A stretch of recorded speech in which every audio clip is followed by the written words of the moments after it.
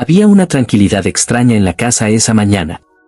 No el tipo de tranquilidad que descansa, sino la que pesa. La que se instala despacio en los rincones y hace que el silencio se sienta más grande de lo que debería.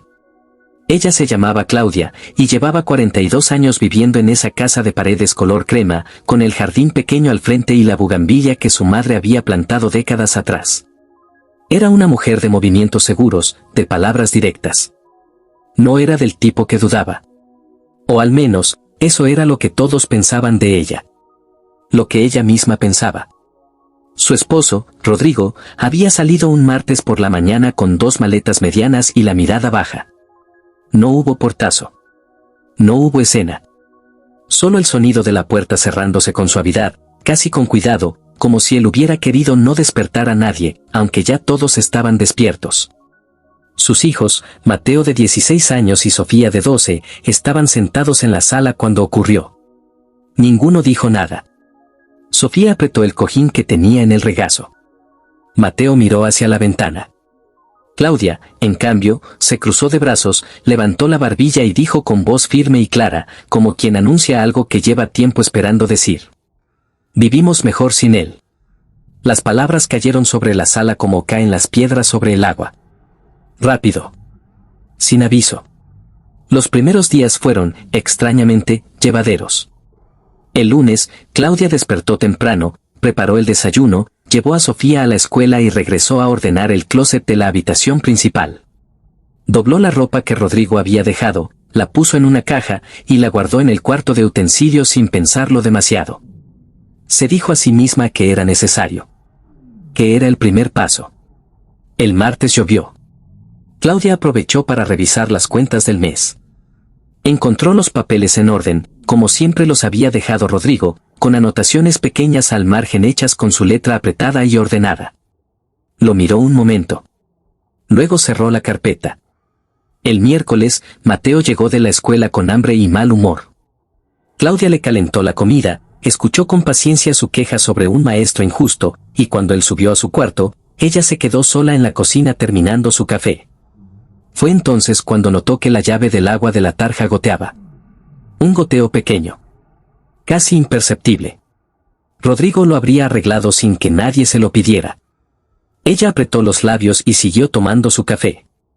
El jueves, Sofía no quiso cenar. ¿Qué tienes?, le preguntó Claudia, sentándose frente a ella. Nada, dijo la niña, moviendo el tenedor sin comer. Claudia la miró. Tenía los ojos de Rodrigo, esa misma forma de mirar hacia abajo cuando algo les pesaba por dentro. Un gesto tan familiar que dolió reconocerlo en ese momento.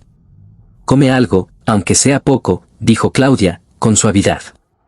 Sofía comió 3 cucharadas y pidió permiso para irse a dormir. El viernes fue el primer día que Claudia se sintió verdaderamente sola. No fue por algo dramático. No fue una crisis.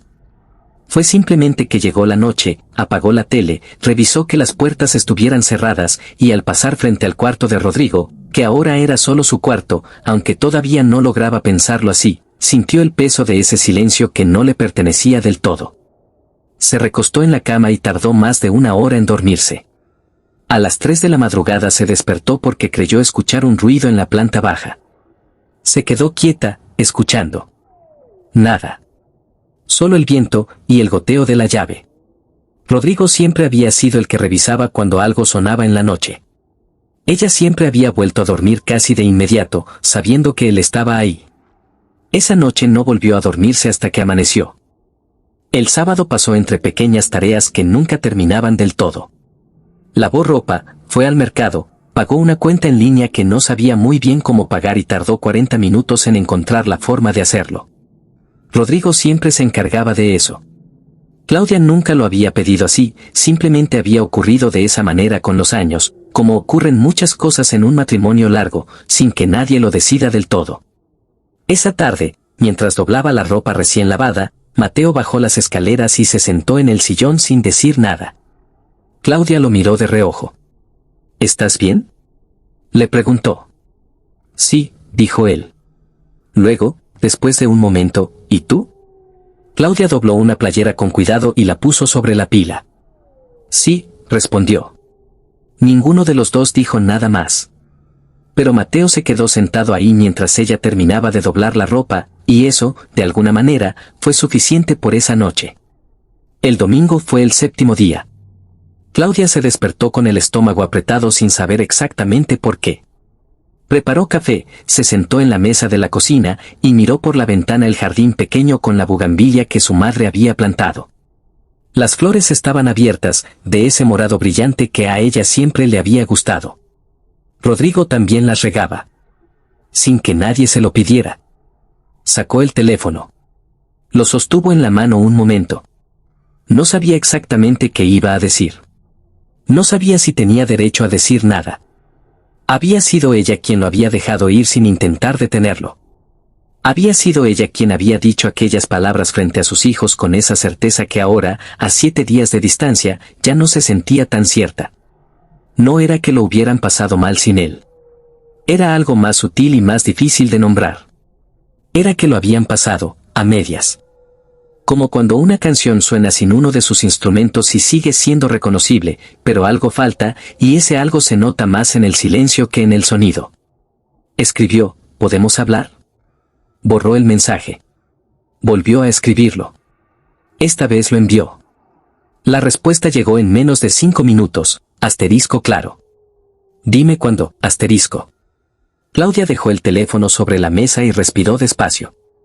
No era una solución. Lo sabía. No era el final de nada ni el principio claro de algo.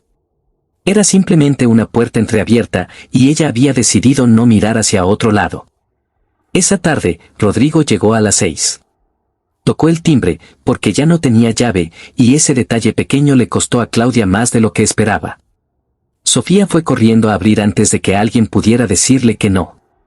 Cuando vio a su padre, lo abrazó sin decir nada, con esa fuerza callada que tienen los niños cuando sienten algo que todavía no saben explicar con palabras. Rodrigo la abrazó de regreso. Cerró los ojos un momento. Mateo saludó desde las escaleras con un gesto de cabeza. Rodrigo lo miró y asintió. Entre ellos dos siempre había sido así, un idioma propio hecho de gestos cortos y silencios que no incomodaban. Claudia los esperaba en la sala. Rodrigo se sentó frente a ella. Ninguno empezó con reproches. Habían estado juntos 20 años, y en ese tiempo habían aprendido, a veces a la fuerza, que los reproches no llevan a ningún lugar que valga la pena visitar.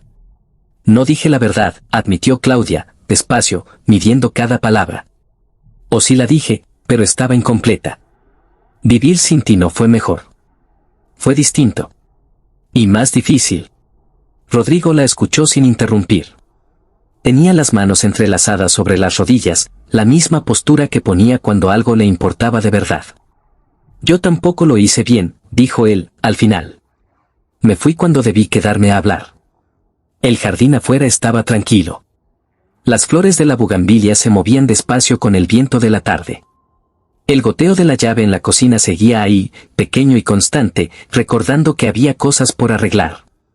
Pero eso podía esperar un poco más. Por ahora, estaban los 4 en la misma sala, con la luz de la tarde entrando por la ventana, y el silencio que había entre ellos ya no pesaba de la misma manera. Era un silencio diferente. Uno que dejaba espacio para lo que venía. Y eso, por el momento, era suficiente.